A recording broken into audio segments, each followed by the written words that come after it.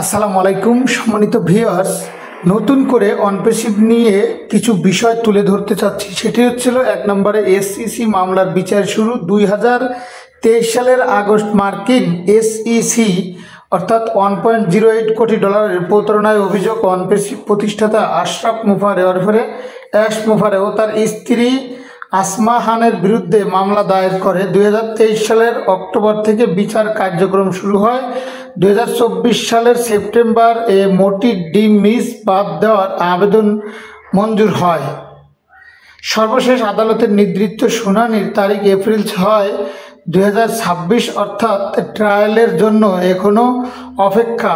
আগের মিডিয়ালয় পোস্টে জুন 2025 সালে তা পরিণত হয়েছিল। বাট দ্বিতীয় কোশ্চেন হচ্ছে, নতুন রূপে একাধিক রিপোর্ট অনুসারে আশরাফ মুফারে নিজেকে অনপেসিভ নাম থেকে সরিয়ে সম্ভবত নতুন ব্র্যান্ড অনফিউশন নিয়ে আসছেন আর্লি 2025 সালে। মূলত দুবাই বা তার বাহিরে যেসব দেশ প্রতিষ্ঠাতা গ্রহণের সচ্ছল রয়েছে, তবে এর আগে এসইসি মামলা চলমান থাকার কারণে নতুন কোম্পানি নিয়ে আইনি ঝামেলা হতে পারে বলে ইঙ্গিত রয়েছে।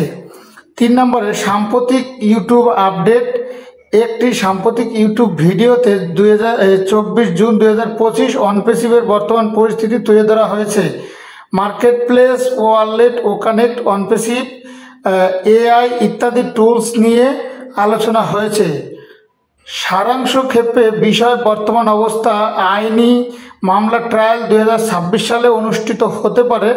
নতুন ব্র্যান্ড অনফিউশনের রূপান্তর পরিকল্পনা সফটওয়্যার টুল বা ওয়ালেট, কানেক্ট, এআই প্ল্যাটফর্ম নিয়ে চলছে। বেটা রোল আউট, ক্লিয়ার আপডেট। এতটুকু শুরুতেই ট্রায়ালের জুন 2025 বলতে তা এখন এপ্রিল 6, 2026 নির্ধারিত হয়েছে, অর্থাৎ এটি নির্ধারিত করা হয়েছে। নতুন ব্র্যান্ড হচ্ছে তার নাম অনফিউশন। চালুর প্রস্তুতি চলছে, কিন্তু আইনি ঝামেলা এখনও বিদ্যমান। আপনার যদি কোনো নির্দিষ্ট দিক বা আইনি পণ্য লগইন সমস্যা ইত্যাদি নিয়ে আরও কোনো প্রবলেম থাকে, আপনাদের সেগুলো কিন্তু আমার সাথে তুলে ধরতে পারেন। তো অ্যাকচুয়ালি যে বিষয়গুলো আপনাদের এই মুহূর্তে আমি তুলে ধরলাম, এত সুন্দর এবং ক্লিয়ার, এত সুন্দর অথেন্টিক আপডেট আপনি এই সারা বাংলাদেশ বা বিশ্বে কোথাও অনপেসিভের এরকম রিয়েল আপডেট পাবেন না। এটি হচ্ছে বাস্তব কথা, আর বাস্তব কথাটা তুলে ধরাই আমার দায়িত্ব। এটি হচ্ছে অনপেসিভ টেকনোলজির দায়িত্ব। এবং আপনাদেরকে এর আগে যেভাবে যে ভিডিও দিয়েছি সেগুলো কোনো ম্যাটার না, তবে আমরা বিভিন্ন জায়গা থেকে ঘাটাঘাটি করে এই কালেকশনগুলো করেছি। তবে কালেকশনগুলো করার একটাই কারণ যে ফাউন্ডাররা কিন্তু অনেকে মন ভেঙে পড়েছে বা তারা সঠিক আপডেটটি জানতে চাচ্ছে, তবে কোম্পানির নাম চেঞ্জ করার একটা পসিবিলিটি রয়েছে।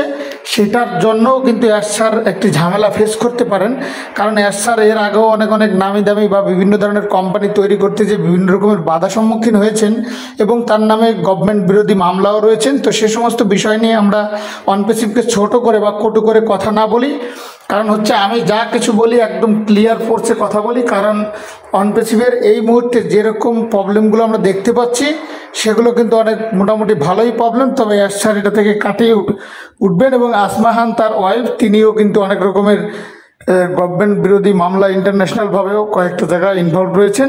সে সমস্ত বিষয়গুলো নিয়ে আমি আপনাদের সাথে পরবর্তী আরও একটি ভিডিওতে আলোচনা করব। তবে অনপেসিভের আরও ঝামেলা আছে, সেগুলো মেমোরিতে রাখতে হবে, ঠান্ডা মাথায় এগিয়ে যেতে হবে, অধৈর্য হওয়া যাবে না, সময় দিতে হবে।